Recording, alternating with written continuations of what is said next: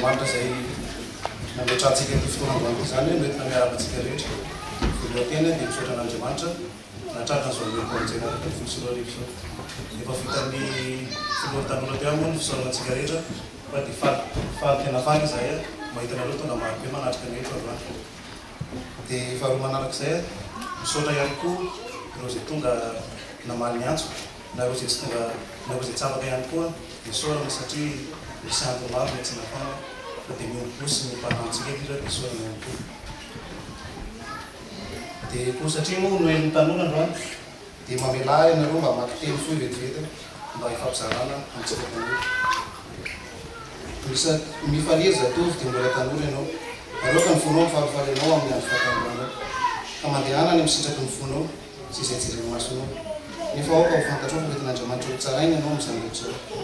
Ho esoriny ny ponao ny alahelo ary avelio tsy hikasika ny nofonao ny ratsy fa ny fahatanjoranao sy ny fahatanjahana dia samy zava-poa. Amen.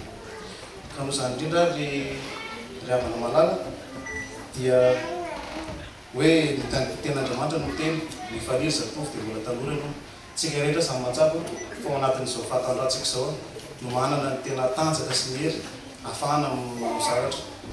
Dia izany no naharesa lahatra anay reto atokotena ary mo ny mpamonjena reto hoe maninona moa raha ny atanjorantsika mba hiderantsika ny tompo amin'izao rehetritsika sy nanjakatsika izao. Dia izany indrindra no antony hitondrany hira voalohany eto aloha aveo hoe indreto izay tanora vonona ny tompo.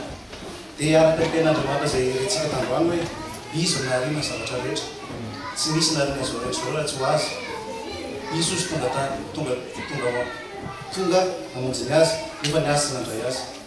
Voaka sanatria tsy tsika izao no anda azy fa izy Jesosy izay antoka izy amin'izao fotoana izao izy dia toriny eto androany dia engane mba samy tena handray an'izay Jesosy apetraka androany satria izay ny antony izao fotoana izao dia fahatsiarovana fidiranana azy ilay tonga teto amin'ny tany ho famonjenantsika nanakavy.